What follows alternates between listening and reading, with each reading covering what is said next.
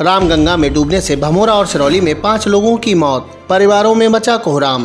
गंगा दशहरा के दिन भमोरा और सिरौली में गंगा स्नान करने गए 6 लोग डूब गए, एक को बचा लिया गया जबकि 5 लोगों की मौत हो गई। उक्त घटनाओं से परिवारों में कोहराम मच गया है। भमोरा क्षेत्र के रामगंगा किनारे मुड़किया घाट पर दशहरा के अवसर पर गंगा स्नान करने गए 4 बच्चे डूब गए, जिनमें 3 बच्चों की मौत हो गई, एक बच्चे की हालत गंभीर है। भमोरा के गांव गौसगंज निवासी सुमित, अनुज, अरविंद और कीरतपुर गांव निवासी छोटू रामगंगा में स्नान करने गए थे। किसी तरह गहरे पानी में जाने से चारों डूब गए। गोताखोरों ने सुमित को बाहर निकाल लिया, हालत गंभीर देख उसे अस्पताल भेजा गया है, जबकि 3 बच्चों की डूबकर मौत हो गई।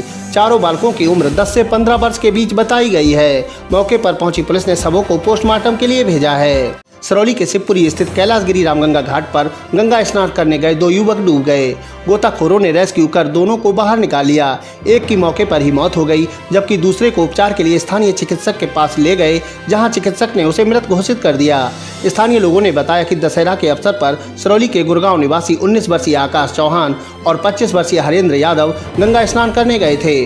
किसी तरह आकाश डूबने लगा, हरेंद्र उसे बचाने लगा, इसी दौरान दोनों डूब गए। स्थानीय गोताखोरों ने दोनों को बाहर निकाला, तब तक आकाश की मौत हो गई। आनन फानन में हरेंद्र को स्थानीय चिकित्सक के पास ले जाया गया, जहां उसे भी मृत घोषित कर दिया गया। घटना से परिवार में कोहराम मच गया है। मौके पर पहुंची पुलिस ने शवों को पोस्टमार्टम के लिए भेजा है। एसडीएम मौला गोविंद मौर्य ने बताया, भमोरा में 3 और सिरौली में 2 लोगों की डूबकर मौत हुई है। उन्होंने रिपोर्ट शासन को भेज दी है। मृतकों का पोस्टमार्टम कराने वाले परिवारों को मुआवजा दिलाया जाएगा। हिंदू संगठन ने दिल्ली की घटना का विरोध कर प्रधानमंत्री को भेजा ज्ञापन।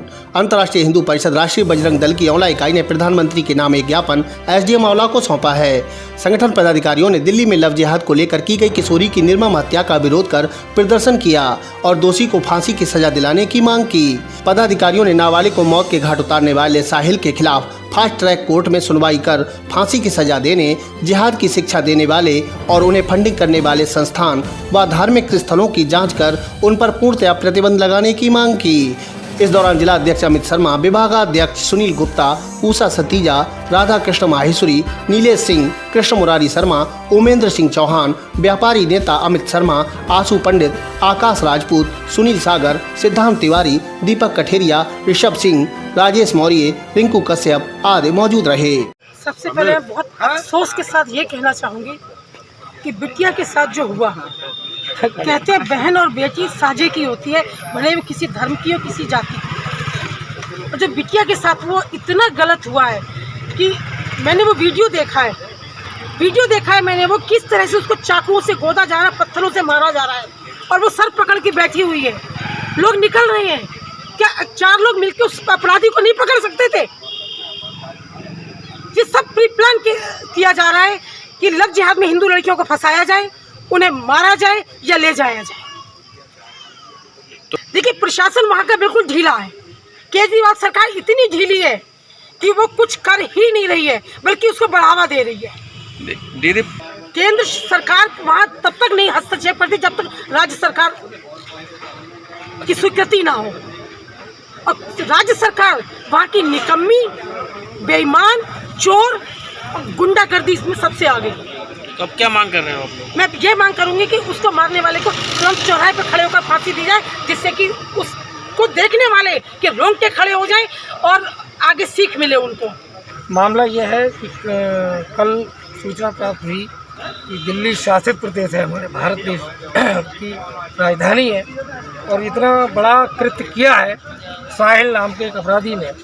हिंदू धर्म में हमारी बहन साक्षी नाम की जो बेटी थी, उसके साथ में प्रेम जाल में फंसाने का प्रयास किया। जब उसने उसका प्रेम पत्र को नकार दिया, मना करने पर उसका विरोध किया और उसकी चाकुओं से 40 बार गोद करके निर्मम हत्या कर दी गई और उसकी वीडियो साक्षात पूरे देश में वायरल हो रहा है। शर्म आती है मुझे, दिल्ली में बैठा हुआ जो केजरीवाल है, उसके कान के नीचे इस तरह की घटनाएं हो रही है और उसके साथ पत्थर मार करके जो हत्या की गई है, मुझे तो कहने में भी मतलब एक अफसोस हो रहा है। और ऐसे व्यक्तियों को इस धरती पर रहने का कोई अधिकार नहीं है, चाहे वो किसी भी जाति अथवा धर्म का हो। बेटी बेटी होती है, क्योंकि मैं भी 2 बेटियों का पिता हूँ, मेरी पुत्री 2 हैं। अगर ऐसे अपराधी अगर प्रशासन के हाथ से अगर जा रहे हैं, कहीं निकलने का प्रयास कर रहे हैं, तो मुझे लगता है कि प्रशासन की भी कहीं ना कहीं ढिलाई है। तो क्या हमारी है कि इसको कोर्ट के चक्कर ना कटवा करके, सरकार का पैसा ना खर्च करा करके इसको सीधा सीधा फांसी की सजा सुनाई जाए। और मेरी माननीय प्रधानमंत्री मोदी जी से करवत निवेदन है, इसको ज़्यादा लंबा समय न दिया जाए। ऐसे अपराधियों को तत्काल प्रभाव से आदेश जो है नहीं दे सकता मैं, लेकिन निवेदन कर रहा हूँ इसको फांसी की सजा होनी चाहिए। भारत माता की।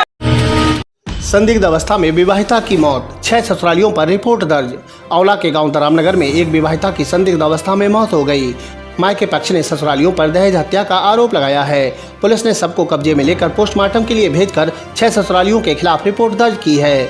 मिलक रामपुर के गांव कूप निवासी अमरपाल ने बताया कि उसकी बहन छत्रवती की शादी रामनगर निवासी सोमेंद्र के साथ हुई थी। शादी के बाद से ही ससुराली एक बाइक और 50,000 की नकदी मांग रहे थे। उसने आरोप लगाया कि असमर्थता जताने पर मंगलवार की सुबह ससुरालियों ने उसकी बहन की हत्या कर दी और धोखाधड़ी करके पोस्टमार्टम करा दिया। उसने बताया कि सुबह फोन करके पहले हालत खराब होने और बाद में मौत होने की सूचना दी गई। जब वह लोग परिवार के साथ ससुराल पहुंचे तो सबको पोस्टमार्टम के लिए भेजा गया था। पुलिस ने शिकायत के आधार पर पति सोमेंद्र, देवर सुखवीर, धनवीर, योगेंद्र, दीपक और ससुर रामोतार के खिलाफ रिपोर्ट दर्ज की है। 5 वर्षों से नामांतरण पत्रावली खोजने को तहसील के चक्कर काट रहा है पीड़ित।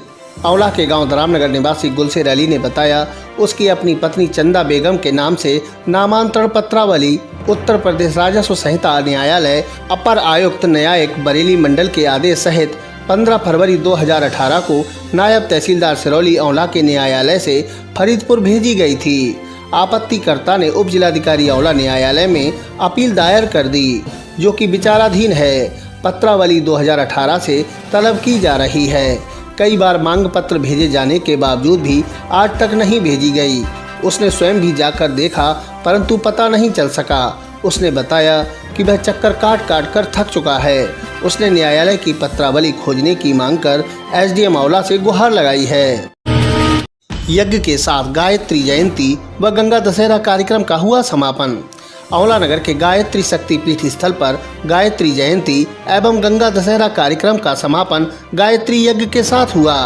डॉक्टर विनीत विद्यार्थी दर्शन शास्त्री ने कहा, इस शुभ दिन ही गायत्री और गंगा का अवतरण हुआ था, इसलिए हम सभी गंगा दशहरा पर्व मनाते हैं। इस अवसर पर खिचड़ी भोज और शरबत का वितरण किया गया। कार्यक्रम के दौरान रामजी मल, मुन्ना लाल, प्रज्ञा, प्रखर ने मधुर गीत भजन प्रस्तुत किए। इस दौरान नगर व ग्रामीण क्षेत्र के तमाम लोग मौजूद रहे।